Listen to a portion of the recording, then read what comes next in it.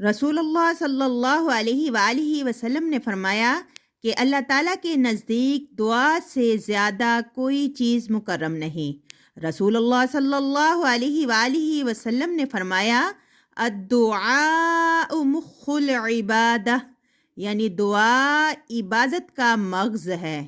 رسول اللہ صلی اللہ علیہ وآلہ وسلم نے فرمایا ان الدعاء هو العبادہ، دعا ہی عبادت ہے، اور فرمایا اللہ کے ہاں دعا سے بڑھ کر کوئی عمل افضل نہیں۔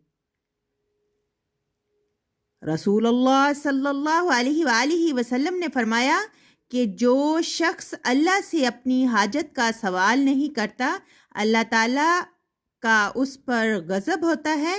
رسول اللہ صلی اللہ علیہ وآلہ وسلم نے فرمایا لا یرد